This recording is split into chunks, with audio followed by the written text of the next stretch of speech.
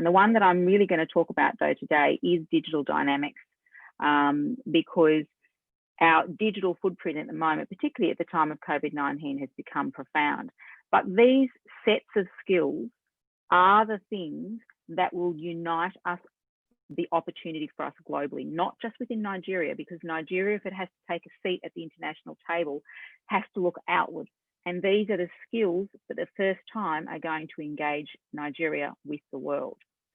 I will send these out as a slide later, so you can read those yourselves later. But the one that I really want to talk about very briefly is digital dynamics. And you can see here that digital dynamics and a digital footprint is not just about technology. It's about things like data. It's about intergenerational skills and competence. It's about creating new economic paradigms, new economics around ecosystems, new economics around decentralized systems such as blockchain. So I always put in a slide on blockchain because it is the thing that will profoundly change our world in the next 20, 50 to 100 years. You don't need to be the person who knows how to code it, but you do need to know about the systemic changes it will affect. And this is an area and an opportunity of learning that is extraordinary globally. There is no nation in the world who currently has a strategy for the rollout of education around blockchain, data, and AI from the top down, from government, and the bottom up from everybody individually and every business in between. There is no global strategy for that, and it is critical. Educational institutions need to be involved. The reason, it is the thing that's going to unify us and connect us. It is things like a digital ID that will take a fragmented Africa and turn us into a connected Africa. It will give people opportunity to actually engage in education through accessing learning digitally and virtually. Bringing in digital currencies and the ability to include the unbanked. And of course, all of those together will give us the capacity to create thinkers and doers. They'll have a portfolio of 21st century skills that will lead them and serve them well to unify, not regardless of whatever job they go into, it doesn't matter. They will have the skills to have the resilience and the continuity to build. And these are the sorts of lifelong attributes that educational institutions need to be encouraging people into, connecting their education and their learning with opportunity in the markets that they're working in. I'll finish this just with this slide. And, you know, in terms of as we move into Gavin and Tim's presentations, I asked the question, what sets your thinking apart? Every single person that's listening to this, what are you thinking about you're going to need to learn? How will you apply those skills? Because, and when will you take that step forward into learning? Because if you are standing still, you are in fact going backwards. You are not moving forward at all. So what does set your thinking apart? What's the very next thing that you know or you've identified that you need to learn? I know that's a lot of information in a very short period of time, but I hope it leads well into the next two presentations that we've got, and a huge opportunity that Nigeria has to really capture their future right now. Thanks, everyone. Wow, that was incredible. Thank you so much, Prof. Lisa Schott, thank you so much for that amazing contribution. I'm sure you were constrained by time, and I'm sure we'll most likely have you again in subsequent webinars to share more light in this. Thank you so much. We'll go to the next, yeah, thank you. Yeah, we'll go to the next presenter now. We're pressed for time, and so pardon us, we just have to make sure we maximize the little time that we have. By the way, my name is Oladipupo Clement, and I'm the Chief Executive Officer for Workplace Innovations and Training Solutions in Nigeria. So I just felt I should drop that quickly. Our second presenter is Mr. Gavin Olivier. Gavin is the Senior Partner and Managing Executive of WITS Digital Campus. He has extensive expertise in human resources consulting, program management, online learning, and strategic consulting. Gavin dreams of reaching people and growing their effectiveness beyond their own expectations. He believes that all people are filled with potentials, and he realizes that they need the encouragement and the will to realize their dreams. It's my delight to welcome Gavin Olivia. Thanks very much for that introduction. I too am just going to share a presentation with you. So let's just get that up and running, and I'll put it into presentation mode, which you, if I can just get thumbs up when that presents in presentation mode, then that will be great. It's always tough being the second speaker when you've got to follow on from such an awesome opening presentation, Lisa. So no pressure for me, but I think what you've done is created a wonderful platform, and hopefully I'm going to lean into that and connect some dots as I go along. The topic that I'm going to be speaking about today is in the context of this changing world of work, which we're all very much part of. And the link back to that in terms of investing in our employee life cycle and the way that's becoming crucial for us as HR practitioners, as business leaders, and as members of communities within which we operate. I'm sure many of you have seen a slide like this or similar slides before, and there's little doubt that the world of work has changed. Some say it's changed forever, and whether or not this was as a result of COVID is neither here nor there. You've heard from Lisa as well that the fourth industrial revolution, artificial intelligence, virtual reality were all impacting the way that we work and the way that we engage with technologies in the workplace, and the way this has massively impacted the way in which we engage with work, with our employees, and so forth. Businesses become so much more demanding of us as HR practitioners, and some, the early adopters, were fortunate enough to get ahead of the curve and have adopted some of the new thinking around technology and the impact that it's having in the workplace.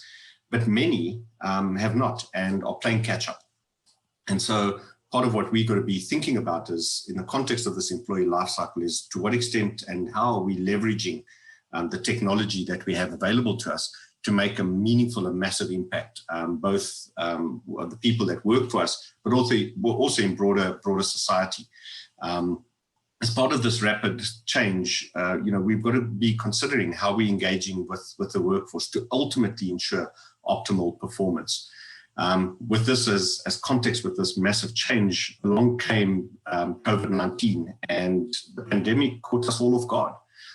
We never knew this thing was coming. We weren't prepared for it. No matter whether businesses say they were or not, the reality was the businesses across the globe were caught unprepared and off guard.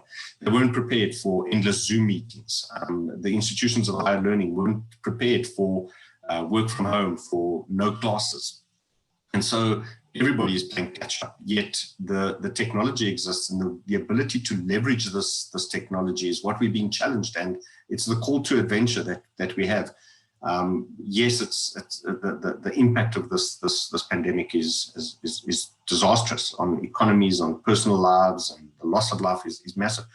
But equally in it, there's opportunity, and to leverage the technology, let alone what COVID has forced us into, is the opportunity that we have. And you heard some of that coming, something like blockchain. Linking back to what Lisa said is, do we really know enough about it in order to leverage it in the learning space, and in businesses as a whole? In our African context, there are many struggles around simple things of accessibility, reliable internet, reliable electricity supply in our own country and other African states. And so as much as what we have this massive opportunity facing us to leverage technology, to leverage the new world of work, to what extent are we ready for it? To what extent have we got the acumen to be able to do that? Are all challenges that we constantly need to be aware of and are facing. And some of us are laggards, and we haven't stepped into the space as yet. And you may have seen the meme of, when asked, the CIO was asked, what has driven your digital transformation? His answer was COVID-19, not strategy. And so we have this opportunity to change. There's been massive cuts in jobs, and organizations are now looking to the remaining talent within their organizations to take them forward and move out of the space of pure survival into thriving into the future, because this too will pass, and we need to prepare ourselves for life post this. And it's this that I want to touch on in the coming part of the presentation. It's no secret that employee retention is true to company sustainability, and that careful consideration and support of all the phases of the employee life cycle are crucial to ensure that we're attracting the right talent, nurturing the right talent, growing it, and ultimately ensuring that they perform in our environments such that we produce the results that our stakeholders are looking for. And companies that adopt the employee-centric life cycle and focus across all elements, not just one or two, but all, ultimately see improved performance. They see improved retention, improved commitment to the organization, and ultimately increased revenue, which is clearly one of the focus areas for many organizations. And so what I'm going to do is just take a little journey through each one of these elements, particularly pausing on learning, and talk about our partnership with Wits University.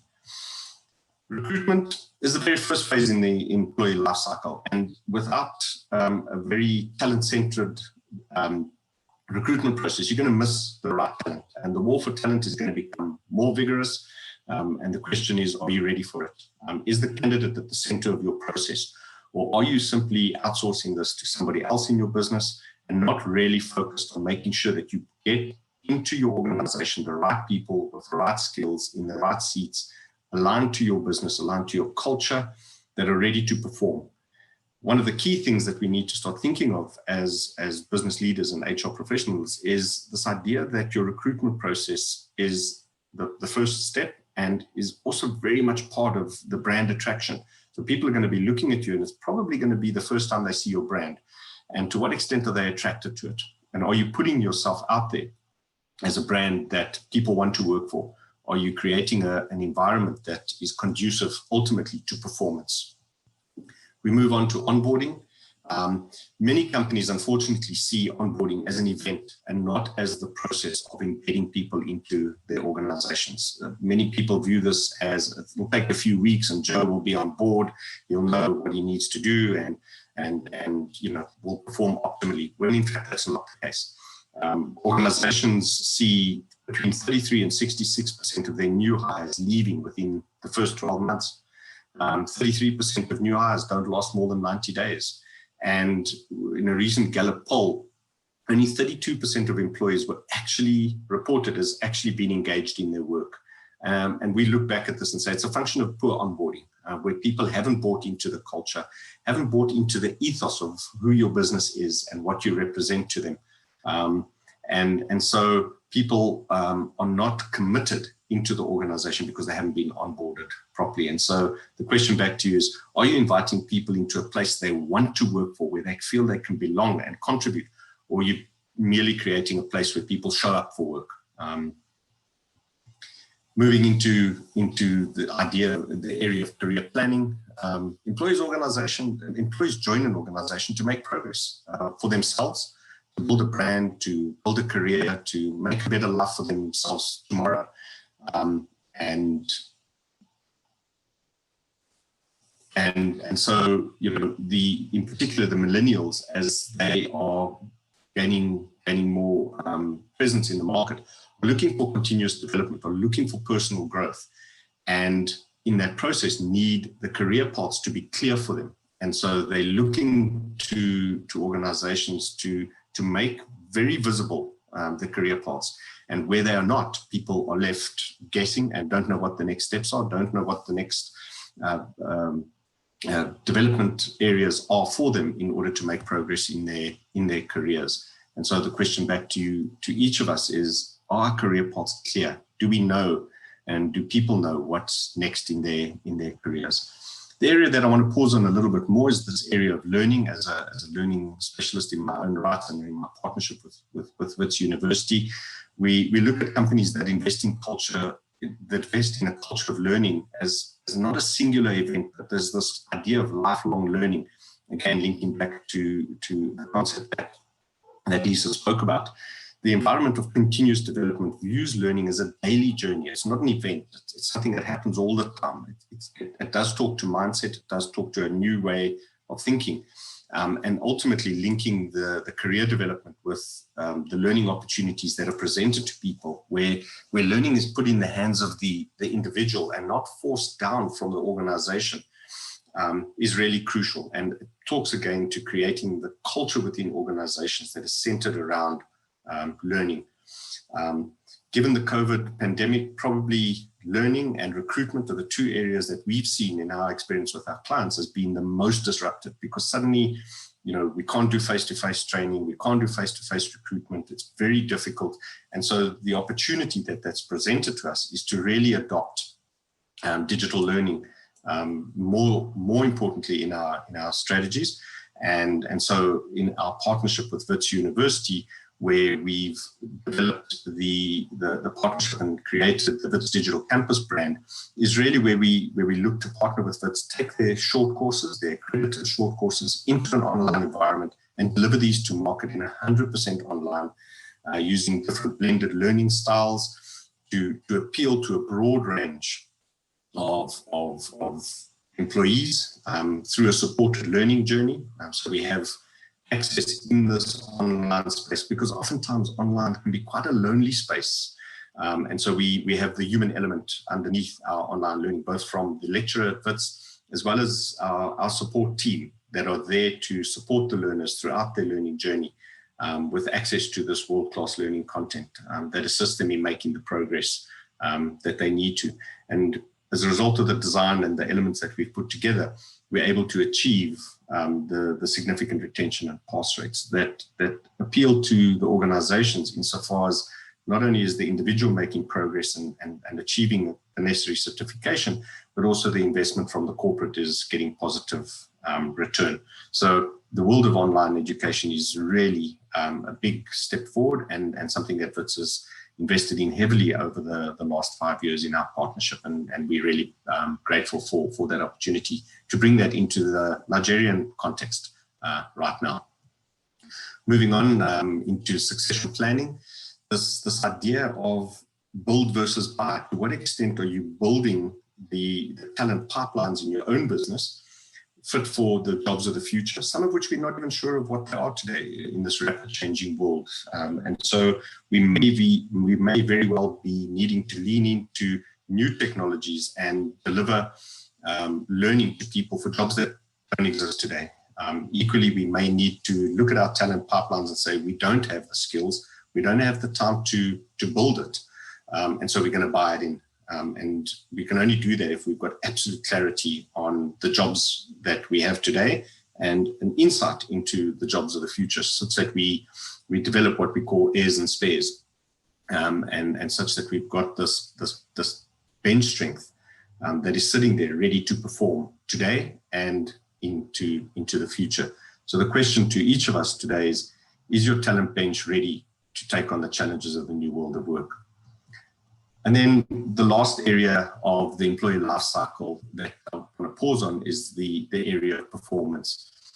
Industry leaders are moving away from high stakes annual performance reviews to employee-centric. There's that word again, the practice of performance management that utilizes continuous feedback and constantly giving people feedback on progress being made, where there's need for adjustment and development to improve performance.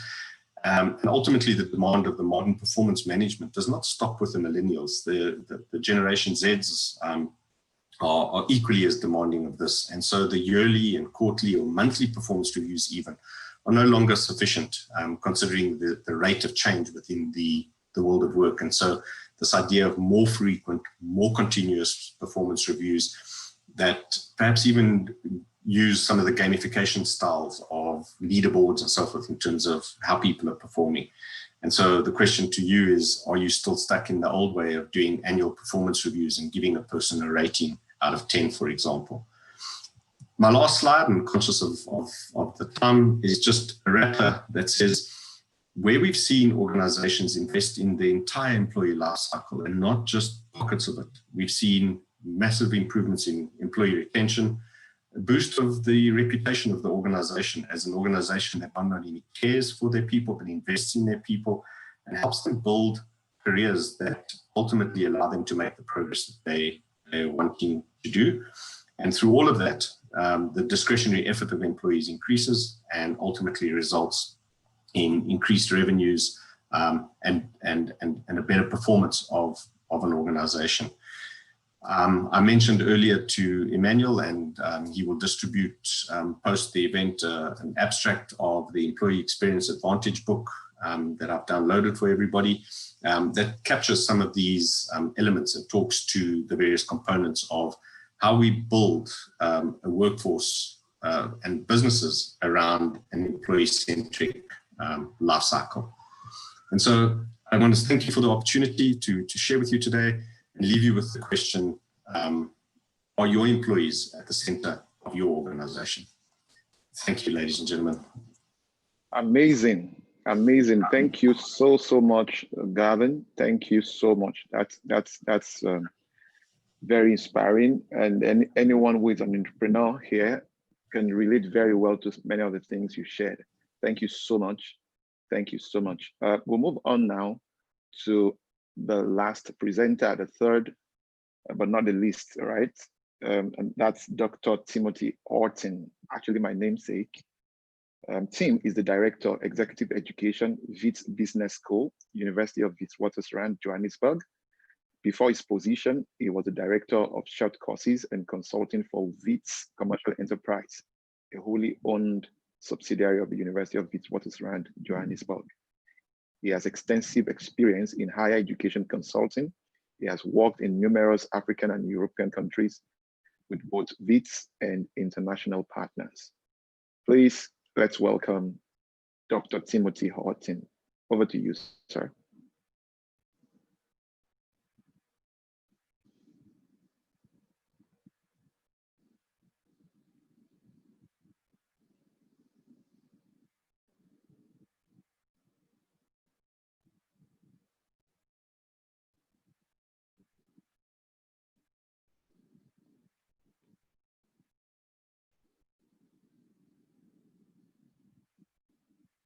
Can we have Dr. Tim? He has to unmute himself. Good. Okay, Timothy, thank you for the introduction, and thank you for the partnership that we are forging together with Wits and Workplace Innovation and Training Solutions. And Lisa, thank you for coming in from Australia to be part of this, I believe, groundbreaking initiative of Wits in Nigeria. From my perspective, it's really exciting to be back in Nigeria, albeit virtually, and welcome to everybody once again to this session. The exciting part of this is that Nigeria has become the largest economy in Africa, driven by a population of 206 million people, which is in the top 10 largest economies in the world. And it's very interesting, as Lisa said, that we have in excess of 90 million citizens that are under the age of 18 years old. That means huge opportunities for development, huge opportunities for Nigeria to develop. As we look at the world economy, countries like Japan have an aging population, and that is causing a decline in their economy. Nigeria is on the up, and it can build on its abundance of resources. Just to name a few, oil and gas, which makes up 40% of, which makes up, sorry, not 40%, but makes up the largest income to Nigeria, a fantastic industry that is growing, and with various partnerships with the Nigerian government, I think will show that it grows and grows more effectively. Agriculture, and particularly rubber and cocoa, are major contributors as well to the economy. And then you have the services industry with banking and tourism and telecoms, also a major industry. And one of the things that really interests me is manufacturing and technology. And I noticed when I was preparing for this discussion that Nigeria even makes its own computers through a company called Zimox. Obviously, the automotive industry is very important, so that brings in the engineering sector. Energy is also very, very important. And I think Nigeria is one of the unique countries in the world where I believe 83% of energy is developed through biomass and waste, which is fantastic. So there only is a 16% contribution to energy via the fossil fuel manufacture, which is a major step in the correct direction. I also note, and one of my personal interests is nuclear energy. I also note that there are discussions going on with Rosatom to build a nuclear plant or a number of nuclear plants in Nigeria. It seems to be a trend in Africa. I know in Europe, Germany will be shutting down their plants. There's a reactor that was never commissioned in Austria. So there is a bit of a negativity towards nuclear power, but certainly Central Europe, although they don't want reactors in their backyard, actually are still very happy to use energy that comes either out of the former Eastern Bloc or out of EDF in France. One of the interesting pointers is that in Nigeria, there have been talks with Rosatom, the Russian nuclear utility. And I want to just note for your interest that WITS is in the process of agreeing a contract to supply and support Rosatom in training and development in Africa. So I think this discussion is opportune. From an education perspective, there are 129 universities, some of which are really fine universities in Nigeria, and 50 are privately owned. But certainly the government have established either regionally or through central government some fine universities. From a cultural perspective, rich in culture, the music and film industry is growing. Nigeria, and I can't miss out the Super Eagles football team.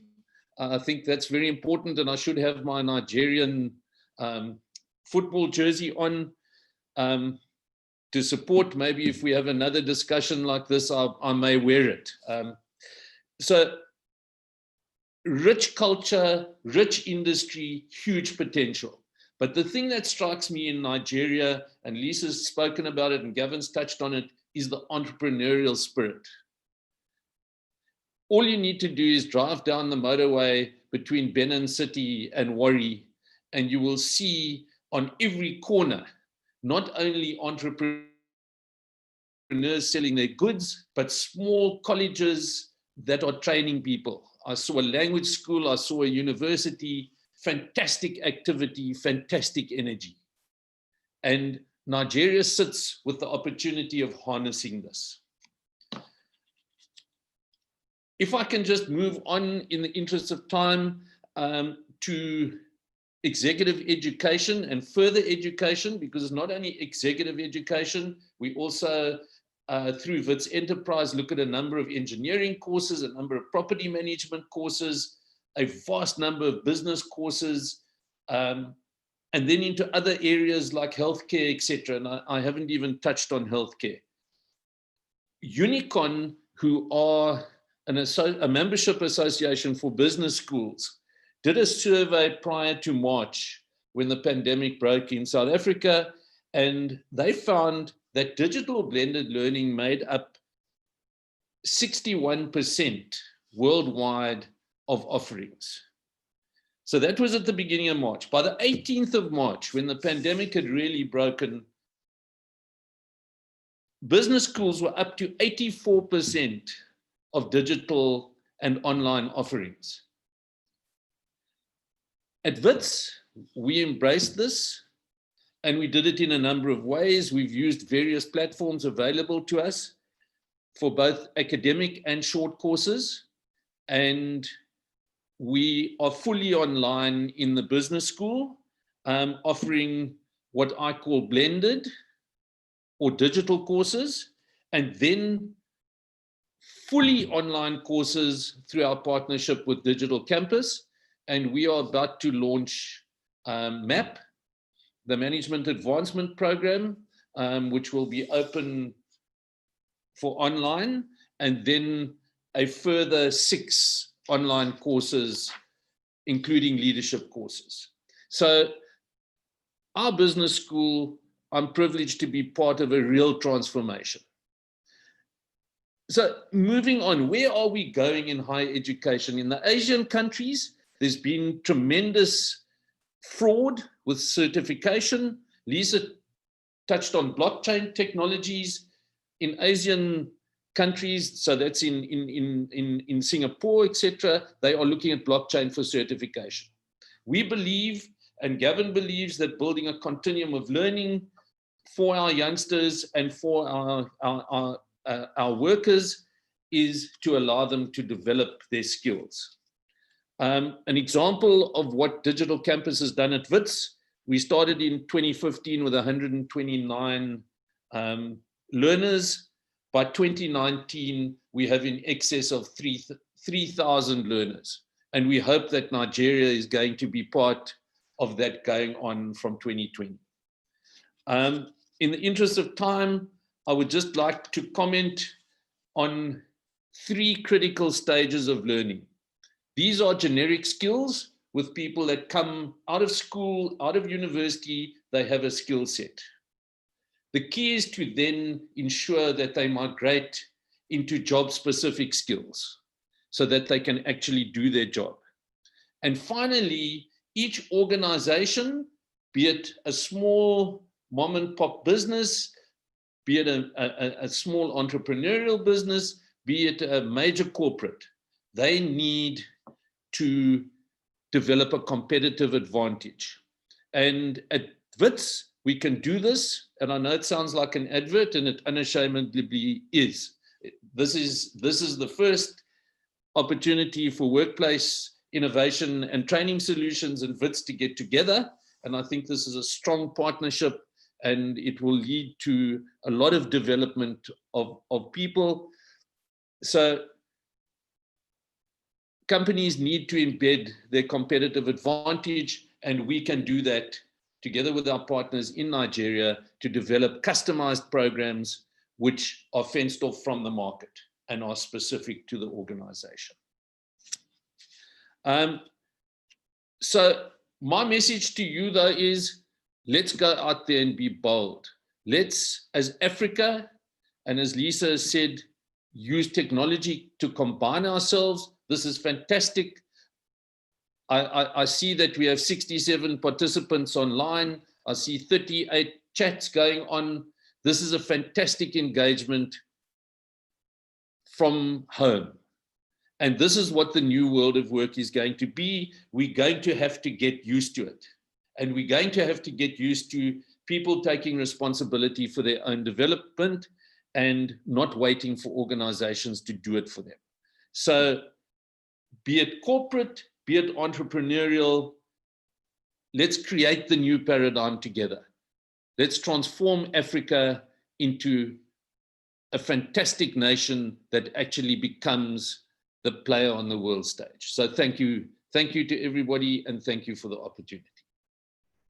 Wow, incredible. I mean, Dr. Tim, you seem to know Nigeria better than some of us do. I mean, that was incredible. Thank you so much. Thank you so much. Thank you so much.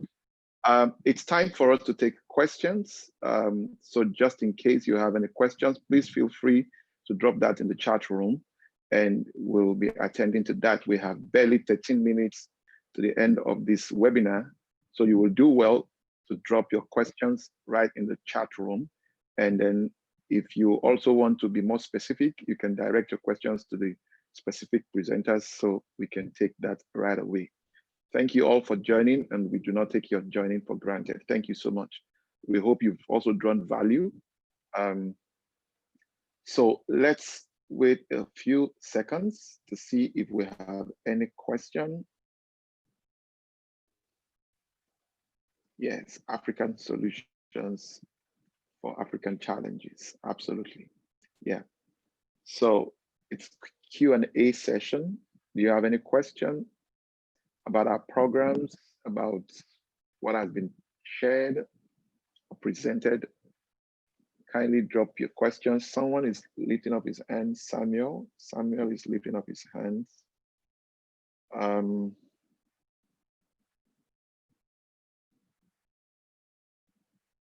Okay, so Dr. Orton, you have a question here. The person says, can the gradual shutdown of the nuclear facilities in Europe be a direct response to global environmental sustainability? What is the implication for Nigeria that's looking towards the nuclear direction?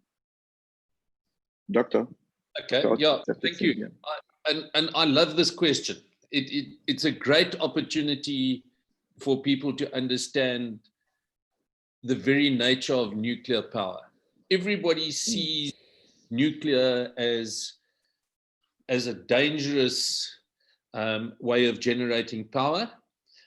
Certainly nuclear had a poor start in Japan in terms of the Hiroshima disaster during the Second World War. But nuclear is a way of generating cheap and very, very clean electricity.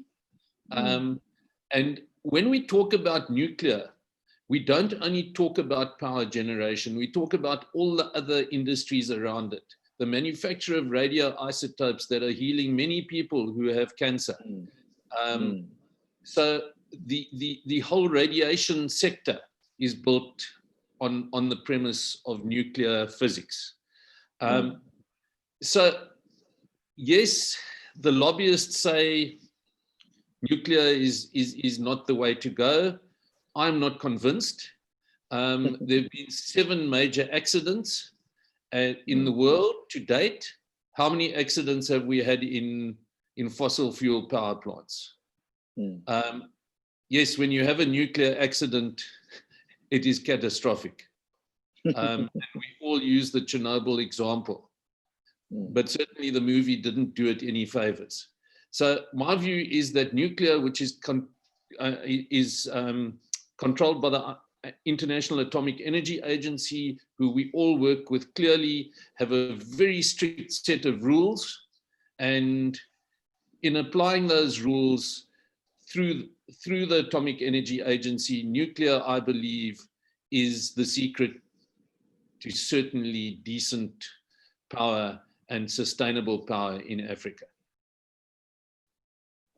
Brilliant. Thank you so much, Dr.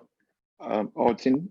All right, so someone has a question here. Okay, I've got a question for Professor Schultz. Now, Lisa, this is for you. So she says, what's the connection between blockchain and digital learning? I thought blockchain had to do with cryptocurrency. Can you speak to that, please? Lisa, it's over to you. I sure can. I sure can. That's a favorite question. Where do you start? I could do hours on this, but very importantly, a cryptocurrency is only one very small use case for distributed ledger technologies and blockchain. And even in the space of digital currencies, if we talk about financial inclusion, we've got 1.6 billion people in the world who are unbanked, and digital currencies will in fact allow those people to join into the financial economy. And I need to remind people that if you don't have financial inclusion, you can't get an education. So that's a direct link just with cryptocurrencies. But let's just talk on blockchain technologies within learning itself. If every individual had a digital identity, that they own, so a self-sovereign digital identity. For the first time, we would have learners curating and aggregating their lifelong learning skills into a digital portfolio that is transportable wherever they may go, wherever in the world they may be, particularly if we also had digital credentials being issued and verified by every single university globally, which should happen tomorrow. It's not just pie in the sky stuff. This is capacity that's available right now, where an institution can digitally, on a blockchain, issue and verify a learning credential, so there can be no falsification of records, and the flow on of that into industry is profound. We also have, just for the institutions of learning, massive efficiency gains. If we can make systems within the businesses using blockchain technologies more efficient, we can shift resources within those institutions to start to deliver learning in a much more broad and efficient way, particularly to learners who can't currently afford learning. I'm going to talk data. In one of the slides that I mentioned in my presentation, data is more valuable than money. And at the moment, it is one of the abused assets that we have in the global economy. With blockchain technologies and decentralized technologies, we can actually convert that data footprint and start to commercialize and protect that data. And I'm going to talk about intellectual property in education. Can you imagine this? Every single piece of intellectual property that is created when we learn, if it was registered on a decentralized blockchain, every single time that piece of information was accessed, the actual owner of that information could commercialize that. Now, that could go right down the pathway to individual learners. For the first time, we could actually have learners earning and learning from that ownership of data. The massive potentials are huge. And we were talking power before.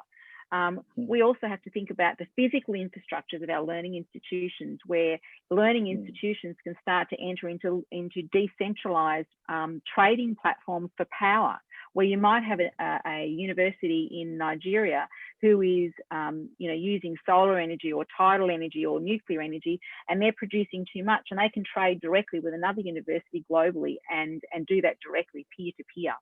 So digital currencies is only one very, very, very, very tiny capacity of blockchain and distributed ledger technologies. And as I said in my presentation, it is absolutely critical for every individual at every level of government, education, learning, business, and school leaders and school participants to understand the potentials of blockchain, so we can actually shift this conversation away from it being just about cryptocurrencies, which started sort of 10 years ago. So we're sort of 10 years forward on that. So that would be a very interesting presentation to do a whole presentation on blockchain and its potentials in the learning sector. Wow, thank you so much. Thank you so much. Another question here: what competitive advantages WIT's digital campus bring into Nigeria? I think this should go to Gavin. Gavin, can you speak to this, please? Yeah, thanks. So I think the competitive advantage really rests in bringing the best of both worlds to the Nigerian community. So you've got a world-class university such as WIT's, oftentimes rated one of the leaders in the African continent as a university, bringing to the Nigerian community flexible online learning content that makes a difference in the lives of people. We've seen that certainly from the 6,000 people that we've hit and touched over the 5 years that we've been in place, that people's careers have moved forward, people's individual lives have moved forward, and back to the point around progress. And ultimately, people have been able to make progress using the technology that's available to them. So the levels of flexibility, the levels of learning from the best that we have access to today really gives us the opportunity to bring that into the Nigerian environment, and then the opportunity to further leverage the type of content curation and creation within the Nigerian context. So there may very well be specific requirements that exist within the Nigerian environment, and that is one of the questions that we are going to explore with you, is to say, what is it that is germane in the Nigerian environment? Because we at the bottom tip of Africa don't, by any extent of the imagination, believe that we know what you need. And so if you're able to tell us specifically what is germane to you, we can develop content reasonably rapidly and bring that into your environment such that it's contextually relevant for the struggles that you are having. So the levels of agility to bring that content into Nigeria is one of the key differentiators that we believe we bring.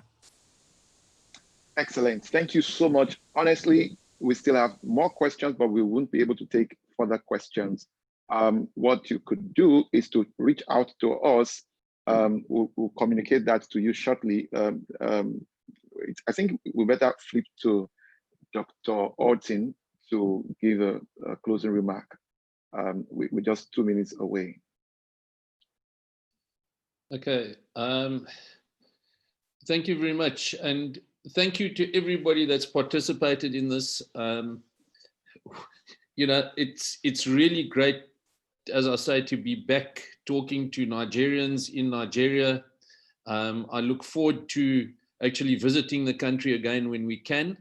I think you're giving us a fantastic opportunity as the WITS partnership, driven by Digital Campus and WITS Enterprise, to enter one of the most exciting countries in the world. So thank you to everybody that's participated. Thank you to our partners. I think we couldn't have a better partner in Nigeria in workplace innovation and training solutions. I must say, as a closing remark, WITS is not a university that is going to countries to colonize. We look for partnerships.